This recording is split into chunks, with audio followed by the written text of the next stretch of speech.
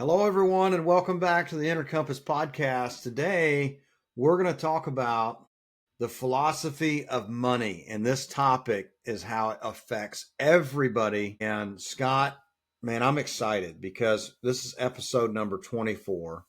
We've done a lot of cool stuff together, and I got to say, this has been a really fun series that we've done here. The Intercompass started out as just an idea of jumping on and having some vision. And now we're sitting here at episode number 24. Like, this is super cool. Yeah, it certainly is. It's something special to me, and I know it is as to you as well. Just because it helps me expand on a lot of different things that I'm thinking about. I know you're thinking about, and things we've been through, and we know that it'll help other people because everyone's going through something, and sometimes you just need to hear it from a third party or somebody else because you need to see it through somebody else's eyes for it to make sense. Yeah, absolutely. And I think sometimes when the topics we went over all kinds of different topics. And a lot about mindset, identity, and all these different things. And I'll have to say that this topic today is really near and dear to me because of the things that we do in the space. But let's be honest, the philosophy of money is not the math of money. It's more the mindset, the belief, the emotions behind it, how you earn, how you spend, how you keep it, how you grow it. Like, that's really the philosophy of it and how you steward it. So, you've definitely been an advocate in this space. You do a lot of things in the financials of business and investing and stuff like that. So, what has the philosophy of money? Because you grew up kind of similar to me, in the trades and also in a place to where money wasn't always abundant. Like, Mhm. you learned what hard times were. You've learned what abundance looked like because of the people you've been surrounded with. So, what does it look like today? Like, what is your philosophy on money? What's the big premise here? Well, most of the time, most people don't examine their relationship with money. You know, I had a book I was reading by David Bayer, and he said the easiest way to kind of figure out your relationship with money is you ask yourself a question. When I was young, money was, and then usually a lot of people say scarce because like when you're a kid and stuff, you don't have a lot of money. Like I cut grass, worked on cars, did all kinds of stuff like that. And, I grew up, both my parents were products of the depression and stuff like that. And, I see there was always kind of save, which worked great, back in their generation because you save up, you bought things cash. You bought a house, you bought a car, you saved up and you bought it, or you bought the house to get a mortgage, but you pay it off, and then you didn't have any debt and everything. But in today's environment, it's a much different thing because, now you can use there's a lot more credit out there and there's a lot more leverage out there. So it's really important that you make sure that you don't have a scarcity mindset when it comes to money because Yeah, I there know is for plenty enough sure. for everyone. There's plenty enough for everyone. Absolutely. You have to have this abundant mindset. But, one of the things that I've learned is it's usually never been a money problem. It's always been a mindset problem. Hmm. And, you kind of touched on this. I want to go a little bit farther in on the topic was like generational curse or a generational link.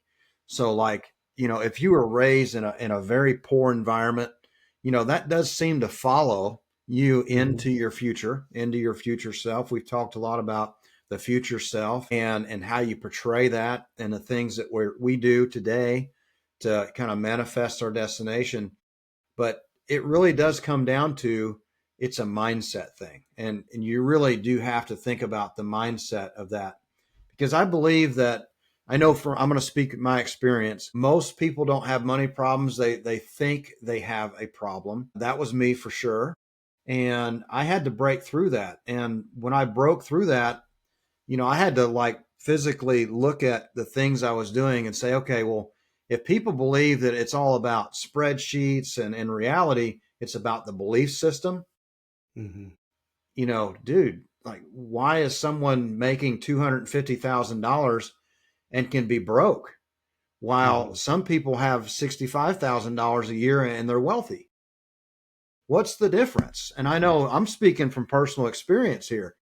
Man, I've made three or $400,000 a year and been way more poor than when I made $65,000 a year. What's the difference? And yeah, when you make more, you spend more, and they take more in taxes until you've learned a little bit more about money and how it works.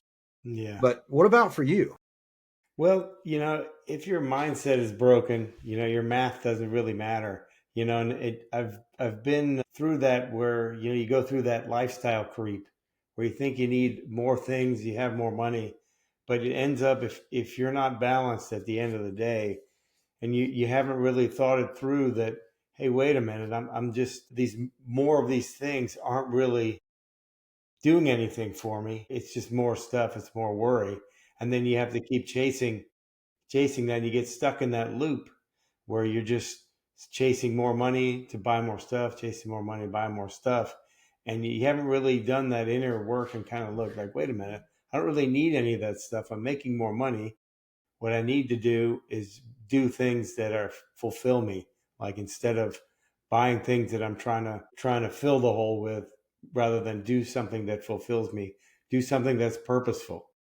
Yeah. And then the money doesn't really matter so much, but your mindset shifts because you're doing something that you really genuinely care about. Yeah, for sure. I've learned that money is emotional long before it's mathematical. And with that said, there was definitely a time that I had to really learn that my identity is what drives my money decisions. And I used to believe that my identity was tied around my position, my job, my company, my business. And I was very closed minded at that point because my identity wasn't tied to this abundance mindset. It wasn't tied to helping more. It was just tied to, I'm just trying to help me. Like Hmm. that was my identity, as I'm just trying to be the best I can and just me and not able to help anybody else. And I learned that here's the real truth that I missed. Money follows identity. Yeah, it definitely does. If you're in alignment with your purpose, and you're in line with what your true identity is, money's not a problem because you're doing what you truly are put here for, and you're moving towards that. There's so many different identity types, like the saver, the spender, the survivor, the steward, the multiplier. But a lot of times people subconsciously feel that their worth is tied to money, but like you were saying, that it's tied to your position or tied to that. It's not really, that's not really who it is. You know who you are, because you're much more than that. And when you break free of being tied to, this is who I am, from that job, or this as an entrepreneur, or this, then you're kind of broken free to where you have a better relationship with money. Yeah. Well, something that comes to mind, you're talking about the saver, the spender, the survivor, the steward, the multiplier. Like all those are definitely different people with different identities, Hmm. just like the person that says, "Hey, I'm bad with money." Well, who Yeah, told you that? you And did. yeah, you did. That's the thing, is like I always ask people like, "Man, I can't do what you do." Who told you Yeah, that? I mean, you can. I bet nobody's actually said, "Scott, you can't do what you're doing." yeah, Scott may have. yeah. I may have, and other people have too. But that was kind of the whole reason why I'm doing it. Of course. Of course. Yes, it did. And now today, I would say that that's been a pretty gratifying journey to know that what you're doing now and how many impacts and how much life impact you have on other people. One of the things I want to say is I know not everybody's heard this, but some people have, and they talk about this in certain books and podcasts and stuff like that. They say that they could remove all the money from the super wealthy people in the world, like completely remove it from their bank accounts and put it somewhere else, or they could lose all of it, and eventually that would all come back to them. Now, why do we think that is? Why would you think that would be true? And I believe it is true. Well, it's because they're already living with the that uh, mindset of being abundant already. So that's why it just comes back to them. They're being the person that already has it. Then rather than when this happens, I'll get this. Well, I already have it. It's within me, so it's just going to come. It'll show back up to them, because the rest of the people don't have that mentality of being able to attract that kind of money or attract that wealth or all those kind of financial tools. The wealthy people already have and know how it all works. So we'll come back. Yeah.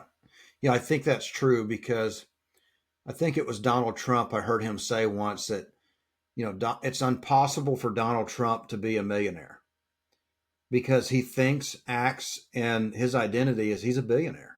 Yeah. So even if he does drop a decimal and becomes, a centimillionaire, at that point, like he's going to go back to a billion just because that's who he is. That's how he thinks. He's going to get back to that. I Yeah. know for me personally, you know, I've definitely been in the position to where I felt unworthy of wealth before. And I know that the young Eddie Austin had to kind of reframe himself. And I'm gonna share that personal story here, because at the end of the day, I was a young 12-year-old welder, working beside the men that were 60, 70 years old. And these guys were like the men that was in bib overalls, in denim, the men that built the world. Like, they Hmm. were the guys that just did some amazing stuff. Hmm. And some of those guys were afraid to retire because number one, they were the first fear. Because I would ask them, I'm like, guys, why don't you go retire? Like you talk about going deer hunting and going fishing and going on these big vacations. Why don't you do that now? And their number one thing was, well, first, I'm afraid to dip into my retirement account to go do these things. And then if I do retire to go do them, I'm afraid I'll outlive my money. And dude, that sunk in on my heart. Like it really did. At that moment, I was like, wow, I can't imagine like working my whole life to get to this point of the retirement age. Like this is the age I'm supposed to retire and go travel and can't, like, because I have a fear that I'm going to outlive my money. And Hmm. then the other thing is like my parents, my dad told me here the other day, he said, son, if I had all those millions that I had when I was younger, it wouldn't make a difference today because I can hardly walk on the beach now without my legs hurting, my feet hurt, I get out of breath. Like his physical health isn't there. So I look at that, some people, they do have a lot of money, but their physical health, maybe they're behind a walker or, they have a cane, like they physically can't go climb the mountains that they dreamed of to fish at the stream, at the top of, Yellowstone or wherever they dream to go. So for me, I started thinking at a very young age, at 12 years old, I'm like, hey, if that's these guys, it's like 70 years old. If they're thinking about they're going to outlive their retirement, I got to make sure I have enough. Hmm. And then I don't want to be on that other side of the coin to where I get rich or I get enough money that I no longer have that fear, but yet my health isn't there. So very early, I started thinking about, man, how do I do this? Because I'll be honest, I was able to retire from corporate America at 36, but that didn't come without a plan. And that also didn't come around without having a different identity, a different philosophy on the topic of money. Like I went through many different phases. So I got to say that was a personal story for me because I watched my parents at a young age and I've watched my parents at an older age. I've watched the people that I learned to weld from, get to a point that they're in fear of outliving their retirement. And I've been around those people. And that's one of the things that I really strive now is to be this financial educator, like to, help teach the philosophy of this stuff. Yeah, it's one of those things where fear keeps people stuck. And scarcity creates sabotage, things like that, where, if you think scarcity, that keeps that fear going. And, purposeful money grows, idle money shrinks. So, you have to keep it moving, because you have to put it into things that are purposeful, because then it'll grow exponentially. It's a tough thing, like for someone to be in the winter of their life, and to be there and not have that fear in them. Imagine how frightening that is, that they're there and they don't feel that they can leave when they really can, because they just need to kind of know that they can. Like, it's the same thing, like you said, who told you that? I Yeah. mean, you could sit down and do it and maybe cut back and do less work or something, but I know welding is it's rough work. And it can be debilitating, and all those fumes and stuff over a long time. That's why you got to go for it sometimes. So you put your money to work, put it into some kind of purpose. That's where, like, in your money mindset, you have to have a purpose. Oh, And yeah. You touched on something I want to go back to because this is something I measured. So, I welded in barges. I've welded in tight confined spaces with low yeah, airflow. I've welded in big shops. I've welded with all different types of welding machines and, wire, stick, yeah, and TIG, all these different machines. And, grinding wheels, grinding is yeah, part yeah. of a big part of, Yeah, anything that's you do half in of it. metal. That's half of it. Yeah, that's half of it. Well, when you're learning and you're not that good at it, a grinder make any welder look good. Yeah, yeah. True, You true, know, true. you always made the joke of walking up that new welder and going, "I'm going to get you a grinder for Christmas. That's what your Christmas present's going to be." Because you just look better once you grind those little dog legs off and stuff. Yeah, But yeah, I want to say fear was a big thing for me because I'll be honest, man. You'd breathe in all the smoke. Sometimes it felt like you're breathing through cobwebs in yeah, your nose and in your lungs because of the smoke and the dust and everything else. And man, the black stuff that come out of your sinuses. And you're like, man, can my body take this? Like, it yeah, was a fear for me of dying early. Like, yeah. if I continue in this career, could I pass on before I make it? Like, Mm, because, I wanted to have kids, I wanted to have a wife, and I was afraid that I would get those things. And then shortly after we had those things, that I could pass away, mm, because of being a welder at such a young age. I could get lung cancer from, either the welding wire or the smoke I was breathing, because there was certain guys that I welded with, man, they were diagnosed with, some lung cancer and some other types of cancer. And it's like, man, that's a scare factor. it So really is. for me, it was like that line in the sand. It was like, okay, it's fear of passing away early because of my trade. And it was also fear of not having enough money to be able to live life when I have the health to live life. And I think that shame really creeped in on me. That shame of, man, I don't know what side of the line I need to step into. And I will say that impulse, it can kill your compounding effect. The envy can kind of blind your own path, and it can confuse you, and it can keep your money at idle. Hmm. And scarcity can really create some sabotage. I mean, let's be honest, man. I'm glad that I was fearless in some of my big, bold steps, because if I hadn't have been, I could still be doing what I'm doing. And I'm not by no means bragging by any means, but like, that philosophy I had to like change in my mind, because that scarcity, I want to just leave everything in the bank. I didn't want to take any risk. Hmm.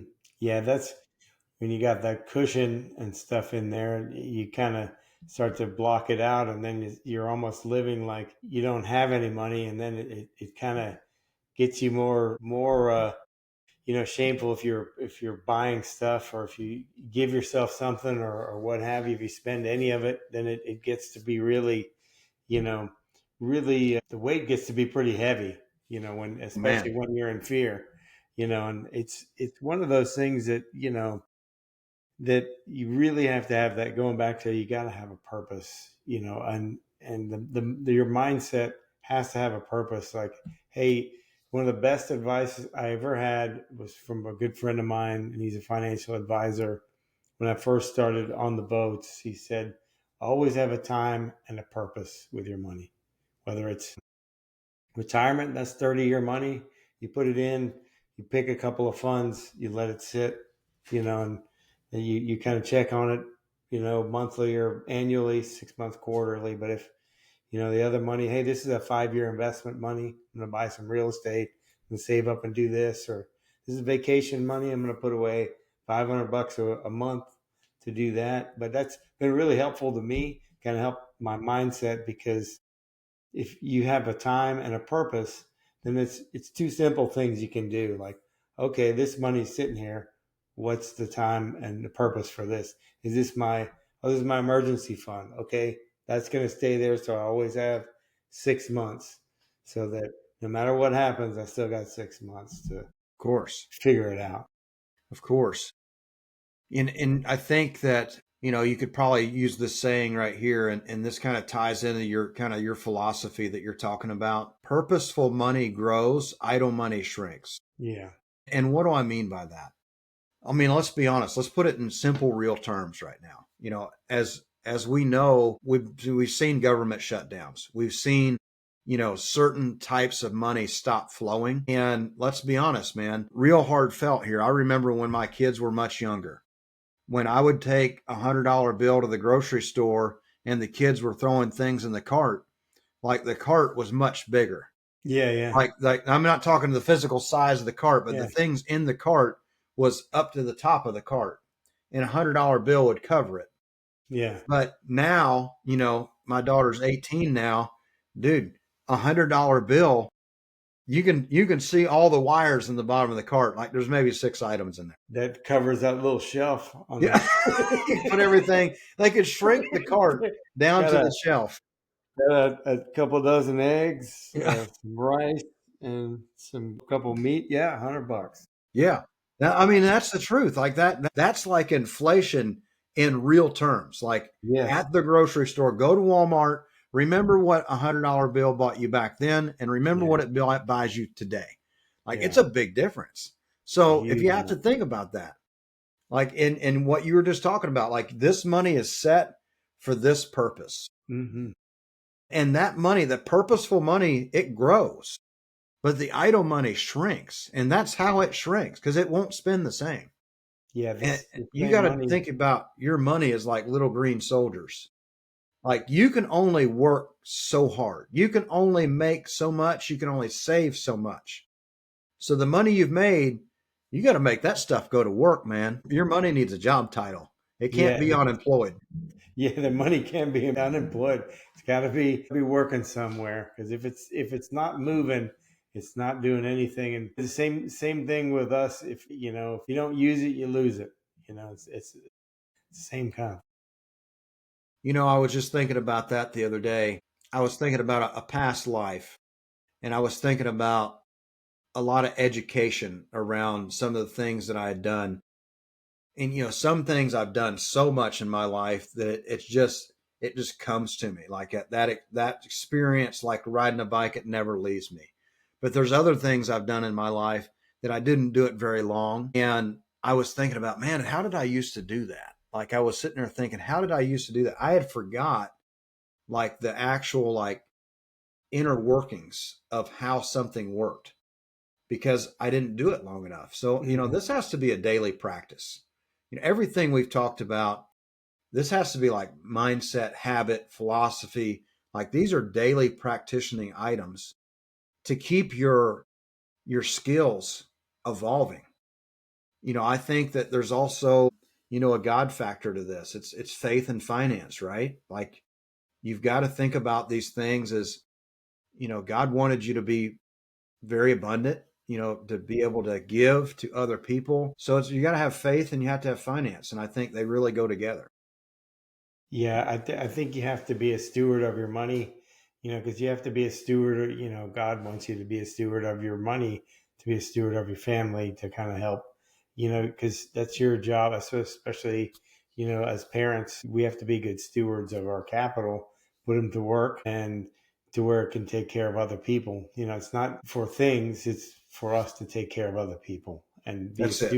a good steward of other people, and being a good example for other people to be good stewards of their money and stuff as well. Yeah, as we've read in the Bible before, we're not supposed to bury what's been given to us to multiply and harbor it and save it. We're supposed to multiply that. And I really do feel that this is going to be controversial, but I really do feel that some people that have proven themselves to multiply and are good at multiplying, they're given more. I mean, they really are. And if you think about some of these people that do lead spiritually, like David Green, the founder of Hobby Lobby, that man, gives away 50% of the earnings of Hobby Lobby. Like, that's impressive. I mean, really impressive. And he's done very, very well with Hobby Lobby. But if you think about it, not one person in his organization works on Sunday because he's took a bold step in that. So just really cool to think about. And I have to think about, in our earlier conversation when we talked about removing wealth from everybody, that they would get it back. Well, I have to think about not everybody, but I think there's some people that would fit in that category that they've been trusted with things, and they proved to the man upstairs that they could steward well, and that they exercise spiritual stewardship, and they physically look at biblical principles in business, and they do good things with the money. Like, they use what they've been given to be able to put that to good use. Yeah, it really is. And you're saying that you just said your passage that said, you don't remember exactly what it said, but you're not buried with the things that should be multiplying. I think it made me think of a video I saw recently with Denzel Washington where he was saying, "You never see a Hertz pulling a U-Haul." Yeah, Because you of can't course. take it with you. You You can't. can't take You it with really you. can't. Yeah, I So mean, that's why you got to put it out there working for you and being a good steward of it and bring it out to everyone. Make sure that they can pass on to the other people in your journey. yeah. You have to think about, sometimes in life, taking a new shape can be very painful, but you have to think about, and I'm going to go on a little bit of a tangent for a second, but it's like God or Jesus, he's the potter, right? And we're the clay. And sometimes we have to be put back in the forge, softened back up, and reshaped into something way more beneficial to other people. And that not always can be a very easy thing for men to do, especially not women to do, like to take a new shape, to become different. Like, that can be really hard. But I will say that I have learned to love that process because I want to be more. Like, I truly do want to help more people. So if that's what it takes to go through some things, to learn this philosophy of money idea, to learn how to steward, learn how to put biblical principles in, then I'm up. I'm all game, guys. Like, I'm here to take a new shape. And think about that for a minute, because we did this on a previous episode too.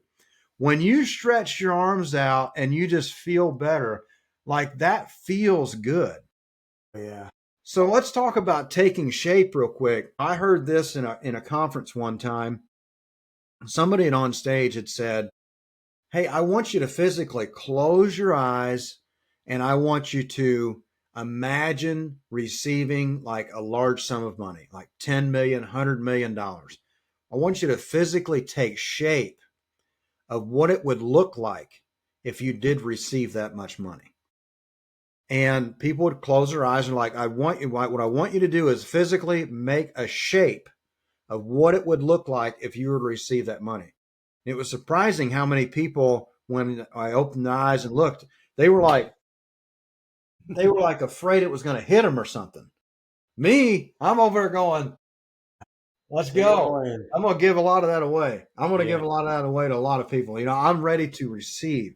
And I think that sometimes we do block that blessing of abundance, because I think there is people that want to invest with us. They want to invest with you. They want to be a part of the mission, but somehow, some way, like when they approach us, sometimes maybe we're like this. We're like, oh, Yeah. I don't know. I don't know if you're going to get something on me or not, or you're going to hit me with something. But we got to be like, hey, man, I'm ready. I'm ready and let's go. Yeah, it's one of those things where, I know that I've always been good at giving all of my life, but receiving was a harder lesson for me to learn because Yeah. I would always say if somebody wanted to give me something, no, it's okay. You don't need to do all that. But I've come to learn that over the older I get, that this person thought enough of me to, hey man, why don't you take this or buy, let me get this for you or whatever. And instead of me going, no, I don't need it. I should have always just said, hey, thank you. Take it gracefully because it completes the cycle. And that person thought enough of me, it's the same, enough of me to get that for me or bring something for me. It's the same thing. I think if anybody I know have known for a long time or whatever, if they show up my door right now and they've just randomly showed up, I haven't seen them maybe for 20 years. They show up, one, if they know where I live, maybe there's a problem there. Yeah. But if they show up, it's like I got to let them in because they've thought enough of me to come travel all this distance or take the time out of their life and say, hey, come on. So there's where you got to receive and to complete the cycle. Because if you just give, it gets blocked. Yeah. I would recently helped a person out in her hometown a little bit. And I had said they were starting a new business. And I had said, hey, I'll help you out with that. And, it wasn't money. It was more labor, just giving labor. Sometimes if you don't have money to give, there's Mm-hmm. other resources that God gave you. And maybe that's how to use your hands, like Mm-hmm. how to physically use your hand, or maybe you have some tools that you could lend somebody to help them in some way. It's not always about money. Mm-hmm. And, for them, I said, hey, when you're ready to go do that, I'll help you. Mm-hmm. And, I could tell because he didn't call me and the opening date of the business was getting closer. I finally just walked in there and I said, hey man, you're blocking my blessing. And, he was like, whoa, Eddie, where is this coming from? Because that was not normal to him for me to like speak up and say, hey dude, you're blocking my blessing. And we sat down at a booth and he said, what are you talking about? Like, I'm not near as spiritual as you, Eddie, but like, what are you talking about? I'm blocking your blessing. And I was like, I felt on my heart that I was supposed to help you. Mm-hmm. Like, I seen the things that you're going through. I seen, what you're trying to do. Look, I've been there, man. I've been starting a business before. I know what that's like. And I also know what it was like to ask friends and they never came to help. Mm-hmm. So I know that as well. But what I'm trying to tell you is this friend is here and this guy is saying, I want to help you. And I feel called to help you. Like I have this on my heart that I want to help you. And like, no, I can't write you a check for hundreds of thousands of dollars. But what I can do is I can use my skills and experience and my physical labor and I'll help you. Like whatever you need, I'll help you get that project done. And I said, but what's happening right now is that was given to me to ask, hey, can I help you in some way? And you're not accepting that. Mm-hmm. You're blocking my blessing. And he's like, I don't exactly know what that means, but it sounds pretty important. And I'm not about to block your blessing. So this Saturday, I don't care if all you do is show up with your person. You don't even need to bring any tools. I got all the tools. I'll get the lumber, the screws. I'll get everything, but I'm not going to block your blessing any longer, Eddie. So let's go do that. And we built a deck that with a wheelchair ramp in the pouring rain, but we got that thing done. We're in time for the grand opening. So Nice. that's what I mean is like sometimes, you do that exact thing that you said. There was sometimes somebody said, hey, why don't you let me get this for you? Yeah. And you're like, no, no, no, man, I got it. You Yeah. don't know why that person felt compelled. Yeah.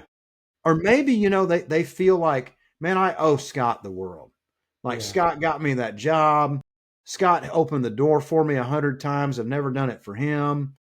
Like somebody has that on their heart. They're like, hey, Scott, why don't you let me get this for you? Yeah. There was a personal story that I want to share. There was a guy that I went to high school with, and he reached out to me on Facebook, and he said he was in like, and I saw he had a GoFundMe. Said, "Hey, I'm in kind of a bind or whatever." I said, "I know." Or he said, "Hey, thank you for sending the money or whatever." And I said, I don't remember how much it was or whatever, just because I had it at the moment, and I just put it in there and sent it to him. And then it was a few years later, he said, "Hey, he reached out to me again on social media. He said, "Hey, I want to send you the money back. You know, I really appreciate you helped me out and everything." I said, "No, you don't. You don't need to. Just, hey, go and help somebody else out that needs it." And it kind of went quiet, and I felt bad about that because I talked to my wife about it, and she said, "Yeah, you should have just taken the money because he meant a lot to him that he was giving you back the money." That And made, yeah. I still think about that because I'm like, oh man, I should have. I know that probably slighted him, and he was in a tough spot, and it was a big thing for him to do that. And it's like I reached out to him recently. Hopefully, I'll get back in touch with him. And Yeah, hopefully, man, that I hope that works out. I did write a statement to him and say, hey, I'm sorry, I should have just taken the money back. I know it was a tough spot for you and everything. You Well, know, let's think about that for a minute. When you're in that tough position, you're very vulnerable yeah, and you're embarrassed too. And then yeah, know that your high school friend, I believe you said, yeah, donated a sum of money. Like he probably felt really good to say, "Hey, Scott, I'm going to send you this money back." And yeah. when you were like, "Hey, you know, don't worry about it, give it to I'll somebody just give else." it to somebody else that needs it. And I thought I was doing, hey, keep it going is what I was Sure. thinking, but I should have just taken it and given it on. So I've had that similar thing happen, and I'm, I guess maybe I was able to think through it. Maybe I'd asked my wife before I responded, but she said, I did get the money back from that person, and when I got it back, I immediately in the same day I got rid of it and I'd gifted it to somebody else because I thought, you know what, this I never expected this to come back, so I just took the money and just put it somewhere else and gave it to somebody else. Let Yeah, that mission continue. yeah, that's what I should have done because it would have, instead of me asking him to pay it forward, I should have just paid it forward because I didn't expect to get that money back. And I don't, as a general rule, I don't loan money to anybody unless it's a business type thing. But if I do have it and somebody's in a tough spot, here, take it, because I don't need it back. It's going to help them. It's going to get them to another place. They're going to do something for somebody else. It's going to be good. So I don't think anything of it. I'll give, but loaning and lending is two different things. Lending in a business transaction, that's a different thing. Of course, of course. Yeah, I truly feel that money is a mirror yeah, and your habits tell you the truth. I definitely. feel that, I'll say it again, money is a mirror and your habits tell the truth. Yeah, it definitely it'll mirror and show you exactly what your habits are Yeah. for Money mirrors sure. discipline, money mirrors clarity, money mirrors emotion, maturity, and money mirrors identity, and money mirrors time. Because let's be honest, they print more money, but with the use of money and the right purpose, it can bring time and make your time multiply. Maybe not Definitely. multiply, but you can put money to work where you can hire other people. So money stewarded correctly can buy you your time back. Yeah, and you can spend the time that you want with who you want. And I do believe this. This is a quote anybody can take with them. I believe that your bank account is a reflection of your habits, not your potential. Most definitely. It's one of those things like, if you're in a bad spot or something like that, maybe you have that scarcity mindset, how would you change your psychology of money? Yeah, that's so let's give some practices on that. What are some ways that you reframe that? Well, like you were saying earlier, that the person he said, I can't do what you do, Eddie. I'm bad with money. Instead of saying I'm bad with money, I'm learning to multiply or amplify my Right money. there. I'm not an investor. It's like, well, I'm a steward of what God gives me. I'm a steward of my money for my family. And it's just reframing and changing those words. It goes along with what we were saying earlier. We don't let the money sit idle. Give it a job. Put all those little workers out there multiplying. Give it directives, tie it Absolutely. into tie it into, all the things in your purpose. Put it along that path and let it go. Yeah. I mean, let your money be a success story. Invest it somewhere. I think one of the other ways is from shifting from that fear to clarity. Hmm. I think sometimes fear comes from the lack of understanding, the lack of education. You're only afraid because you don't know the outcome. But Hmm. what if you could know the outcome? What if somebody was able to explain it to you? What if somebody was able to educate you on it? So it would reduce the fear. Like, what is the fear of being, like my daughter is deathly afraid of being in the dark. And it's like, what are you afraid of? Because she can't see. She can't see what's in front of her. She can't see what's out there. Me, I was afraid of once being in the dark when I was very young and the fog at the same time. So what did I Mm. do? This guy went out in the fog and at night until he was no longer afraid of it. Because what did I do? I proved to myself that there's nothing out there. There's Yeah. nothing out there that can get me. I was the most scariest thing out there. So what's going to happen? Everything For out there. there, you've been there. Yeah, the things that are out there are more afraid of you than than you are of them. Of It's course. funny. Yeah. And I do believe that fear does shrink money, but clarity, it can expand it. And I think clarity comes from education. Yeah, and if you have your clarity of purpose, the money will come. All you let out comes back to you. Getting back to being in the fog, if you're in the fog, how do you get clear? It's by educating yourself. Learning more about how money works. Getting a financial education because it's not something that's taught in school so much. There's so much stuff out there on YouTube and everywhere else, and I know you and I are pretty passionate about teaching other people about finance and stuff like that, just because you got to get yourself out of the fog. One of the ways that helped me get out of my fog was surrounding myself around people that was way farther ahead than Hmm. me when it come to money and philosophy. And I surrounded myself around people that were already successful.